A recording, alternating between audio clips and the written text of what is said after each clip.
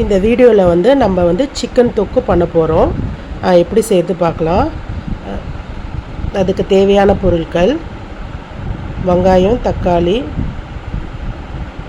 இப்போ நம்ம எண்ணெயில் கடுகு போட்டுக்கலாம்.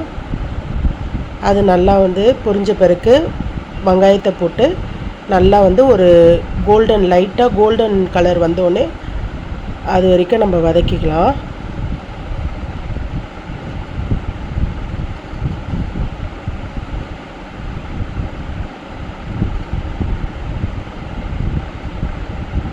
அதுக்கப்புறம் நம்ம தக்காளியை வந்து நம்ம போட்டுக்கலாம்.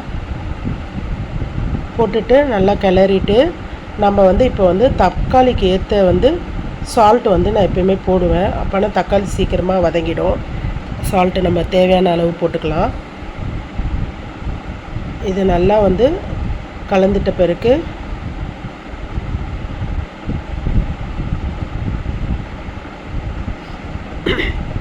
இஞ்சி பூண்டு பேஸ்ட்டும் நம்ம போட்டுக்கலாம்.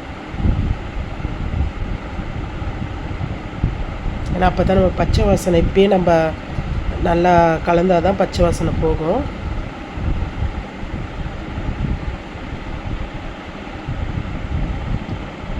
நல்லா தக்காளி எல்லாமே ஒன்றா மேஷ் ஆன பிறகு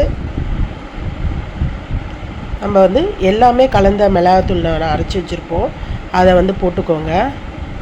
போட்டுக்கிட்டு லைட்டாக கிளறிட்டு நம்ம வந்து இந்த ஸ்டேஜில் வந்து சிக்கன் வந்து கொஞ்சம் போடுவோம். நம்ம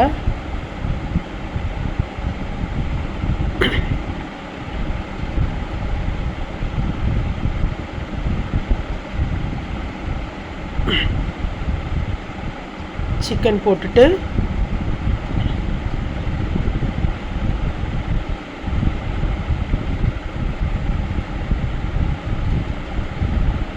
கிளறிட்டு இதுக்கேற்ற தண்ணி கொஞ்சம் நம்ம ஊற்றிக்கலாம்.